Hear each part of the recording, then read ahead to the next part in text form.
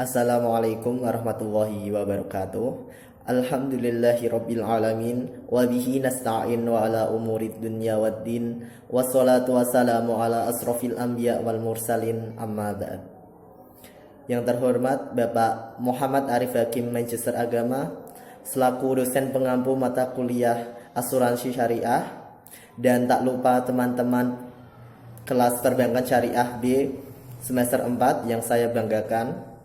Di sini saya sebagai moderator kelompok 12 yang beranggotakan ulul ilmi saya sendiri dan teman saya Emma Sylvia Astuti dan Richa Fitriani akan menyampaikan materi yang bertemakan prospek dan perkembangan asuransi syariah di dunia. Di kelompok 12 kami mengangkat dua rumusan masalah. Yang pertama, bagaimana sejarah asuransi syariah di dunia, dan yang kedua, bagaimana prospek dan perkembangan asuransi syariah di dunia. Langsung saja ke pembahasan yang pertama. Pembahasan yang pertama yaitu sejarah asuransi syariah di dunia. Praktik asuransi Islam berawal pada pendapat Dewan Jurisprudensi Islam, Liga Dunia, Muslim, Mekah, Arab Saudi, yang menyetujui adanya asuransi kooperatif. Dalam sistemnya asuransi kooperatif, para penyumbang dana asuransi adalah para dermawan dan sumbangannya mereka adalah berupa donasi. Seiring berjalannya waktu dan ijtihad para pemerhati ekonomi Islam secara kontinu, sehingga tercetusnya sebuah konsep yang lebih dikenal sebagai asuransi mutual.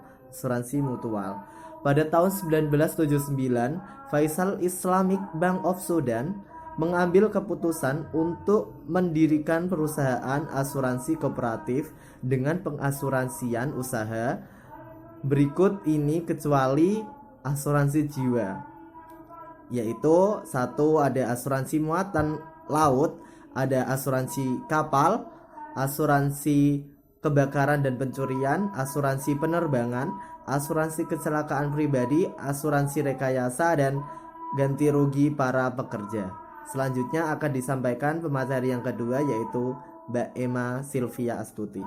Islamic Insurance Limited Company menyelenggarakan dua akun yang terpisah dan berbeda, yaitu akun pemegang polis dan akun pemegang saham.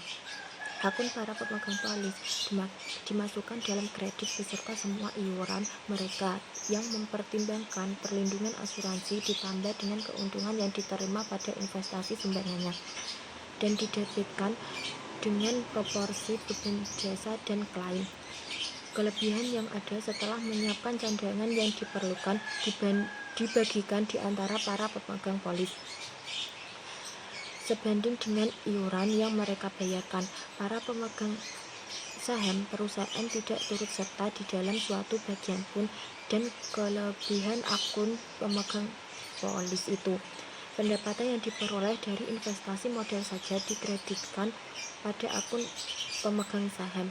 Bila ada kelebihan yang tersisa sesudah membayar bagian pengeluaran pemegang saham untuk masa yang tertentu, maka kelebihan ini dapat dibagikan di antara pemegang saham. Yang selanjutnya adalah prospek dan perkembangan asuransi syariah di dunia. Perusahaan Islamic Insurance Limited Company telah membuat banyak kemajuan dalam waktu 5 tahun dan telah mampu mendirikan cabang di Arab Saudi. Keberhasilan ini kemudian diikuti berdirinya Dar Amal Al-Islam di Geneva, Swiss, dan Takaful Al-Islami di Luxembourg, Takaful Islam Bahamas di Bahamas, dan Takaful Al-Islami di Bahrain pada tahun 1983. Di Asia, asuransi syariah pertama diperkenalkan di Malaysia pada tahun 1985 melalui sebuah perusahaan asuransi jiwa bernama Takaful Malaysia. Kemudian diikuti negara-negara lain seperti Brunei, Singapura, dan Indonesia. Hingga saat ini tidak kurang dari 65 perusahaan asuransi syariah tersebar di seluruh dunia. Perkembangan asuransi syariah cukup pesat, dari aset 550 juta US dollar pada tahun 2000 meningkat menjadi 1,7 miliar US dollar. Angka ini terus meningkat seiring dengan peningkatan jumlah asuransi syariah di dunia. Pada tahun 2004, asetnya sudah mencapai 2 miliar US dollar. Angka-angka tersebut merupakan kumulasi untuk asuransi jiwa dan selain jiwa. Asuransi syariah mendominasi perkembangan asuransi dunia mencapai 75%, di mana 60% berasal dari asuransi jiwa. Untuk merespon dan memajukan industri asuransi syariah, Malaysia mendirikan lembaga penelitian dan pelatihan bank syariah atau yang disingkat BIRTI yang concern pada bidang pendidikan dan penyelenggaraan SDM. Selanjutnya saya akan melanjutkan materi dari Mbak Emma.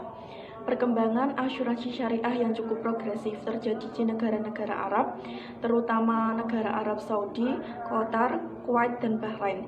Negara ini pertama kali mendirikan asuransi internasional takaful pada tahun 1980. Pangsa pasar di Bahrain diperkirakan mencapai 65 juta dinar.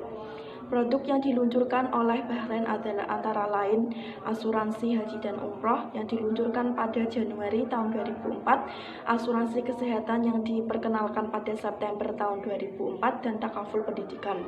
Ketiga produk ini mendominasi dibandingkan produk lainnya.